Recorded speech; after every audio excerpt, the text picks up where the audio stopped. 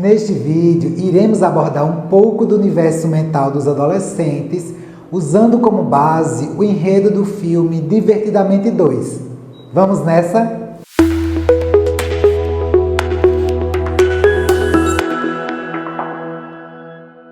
Olá pessoal, tudo bem com vocês? No vídeo passado, abordei alguns pontos das emoções humanas, apresentando o enredo do primeiro filme Divertidamente. Caso você ainda não tenha assistido, sugiro que ao terminar de assistir esse vídeo, você pesquise aqui no meu perfil e assista, ok? Neste vídeo de hoje, irei abordar de forma mais específica o segundo filme Divertidamente, que neste momento ainda está em cartaz nos cinemas, onde gostaria de apresentar alguns pontos do universo mental dos adolescentes.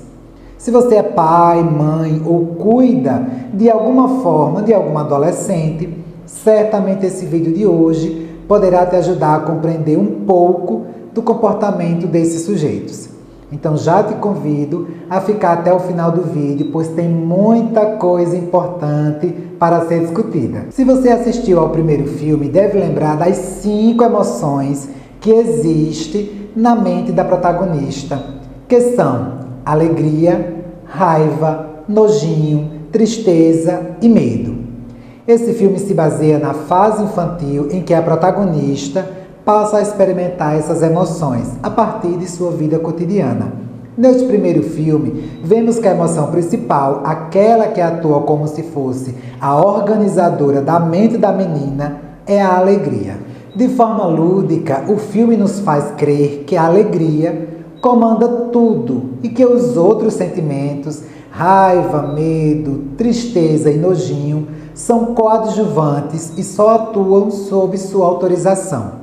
Será que eu posso adiantar uma informação importante mesmo no começo do vídeo? Posso sim, né? Bem, essa ideia de achar que a alegria seria a emoção mais importante não é a melhor forma de entender as nossas emoções. Não há uma mais ou menos importante. Não há uma que comanda e outra que obedece. Todas, mesmo aquelas que aparentemente são negativas, têm papel importante na vida de qualquer pessoa. E vemos nitidamente isso ao assistirmos aos 2 filmes Divertidamente. Nesta segunda versão do filme Divertidamente, a história se passa no período da adolescência da protagonista Riley. E é sobre esse período que desejo focar a maior parte desse vídeo. Muitas pessoas, inclusive diversos profissionais, costumam chamar esse período da vida humana de aborrecência, devido às constantes oscilações de humor desses sujeitos, o que causa um certo aborrecimento por parte de seus cuidadores.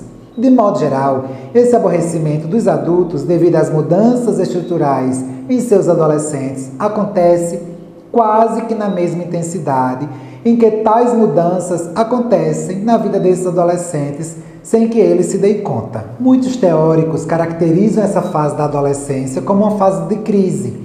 Eu poderia ampliar esse termo para o plural e chamá-lo de crises, se quisermos destacar as diversas crises que acometem o sujeito adolescente. Crise existencial, crise emocional, crise física, crise psicológica, crise social e etc. O adolescente entra em crise por um fator em especial. Ele, ao mesmo tempo que deixou de ser criança, ainda não se tornou adulto. Ele está nesse limiar, quase como estagiário que não possui todas as prerrogativas necessárias para exercer o cargo, mas, por outro lado, assume diversas responsabilidades desse mesmo cargo de um dia para o outro. Note que o adolescente é aquele que perdeu não só o corpo infantil, mas também os pais da infância. E essa talvez seja uma das mais importantes crises dessa fase da vida. Mas calma aí que eu vou te explicar melhor. Bem, quando crianças, costumamos achar que nossos pais, ou aqueles adultos que nos criaram, sejam os avós, tios ou outra pessoa, sejam como super-heróis. Nossos pais, para nosso eu infantil, é alguém que nunca erra. Eles sempre nos protegem. São praticamente sujeitos onipresentes. À medida que vamos envelhecendo e nos tornando adolescentes, começamos a perceber a falta e as falhas de nossos pais. Muitas vezes, a proteção que tínhamos dá lugar a uma dose de correção e até de punição. Já não estão tão presentes assim o tempo todo. Ao mesmo tempo, o corpo já não é mais o mesmo. A adaptação com esse novo corpo, muitas vezes, leva um bom tempo e sofre muitas resistências. Já não possuo mais os mesmos pais que eu possuía quando criança. E também não possuo mais o meu corpo infantil. Afinal, que tipo de pessoa eu sou?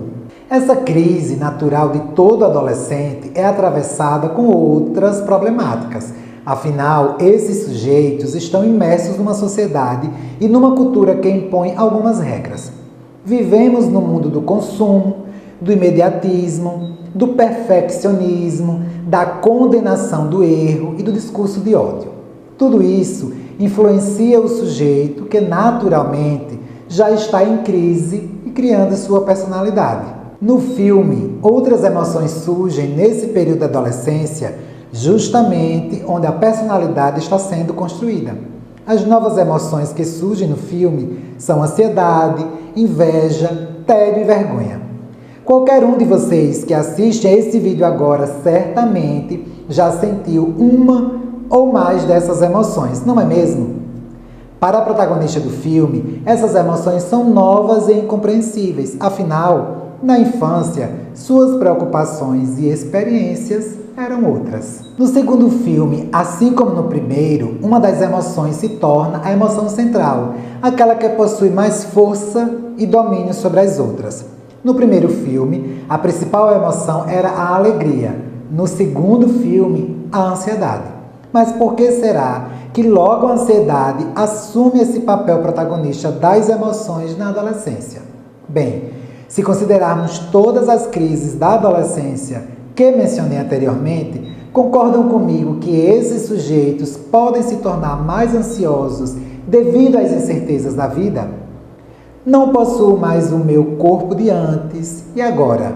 Meus pais não são mais os mesmos, e agora? São tantas dúvidas nessa fase que é natural que a ansiedade tome conta das nossas emoções. Mas se você é pai, mãe ou responsável por algum adolescente, deve estar se perguntando agora o que fazer com seu filho adolescente, não é mesmo? Bem, a resposta não está pronta e nem seria única.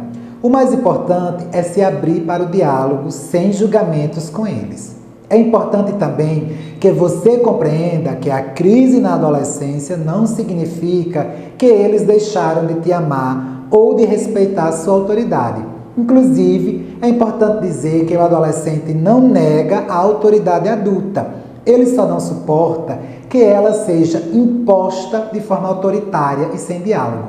Aqui quero chamar a atenção para a diferença entre autoridade e autoritária. Ok? Não há uma receita de como ter sucesso na educação dos adolescentes, mas uma coisa que não funciona é tratá-los como crianças, considerando que já não o são mais, nem tratá-los como adultos, pois ainda não chegaram a ser. Entenda que eles estão numa linha tênue, que vocês também já estiveram nela, e que em cada época essa linha exige um tipo de equilíbrio diferente para se estar nela, já que a sociedade muda constantemente. A sociedade da sua época de adolescente não é a mesma sociedade do seu adolescente. Deu para entender? Então é isso, gente. Espero que com esse vídeo você possa refletir a respeito da crise natural que todo adolescente passa ao entrar nessa fase da vida. Não encare essa crise como uma tentativa deliberada de afrontar sua autoridade enquanto pai ou educador. Procure compreender as dificuldades de se estar num corpo desconhecido e de se ver debaixo de um teto com seus pais quase que irreconhecíveis. Bem angustiante, não é mesmo? Um importante psicanalista chamado Násio uma vez disse: a puberdade é um período propício à revivescência de um antigo trauma eventualmente ocorrido na infância. Isso quer dizer que, para além de todo o contexto de crises naturais da própria adolescência que citei anteriormente, ainda existe nessa fase da vida, o retorno de um trauma que, por ter ocorrido na infância, muitas vezes é desconhecido da consciência do sujeito. Já tinha parado para pensar como essa fase da vida é difícil? De toda forma, por mais que esse período da adolescência seja uma crise natural que todo ser humano atravessa, ela não precisa ser atravessada com sofrimento. É possível que você incentive seu adolescente a iniciar a terapia, para que mais cedo ele possa ir se reconhecendo numa sociedade em constante mudança e tomar consciência de suas mudanças interiores e exteriores, tá bem? Quero ver a interação de vocês neste vídeo. Caso você seja pai, mãe ou responsável por algum adolescente, deixe nos comentários quais são suas principais dificuldades com eles. E se você conhecer alguém que precise do conteúdo desse vídeo para entender melhor seus filhos adolescentes, já sabe, né? Encaminha sem medo. Também quero ver o like de vocês aqui no vídeo, ok? Um abraço forte e até a próxima semana em mais um vídeo da série Minha Quinta Terapia. Tchau!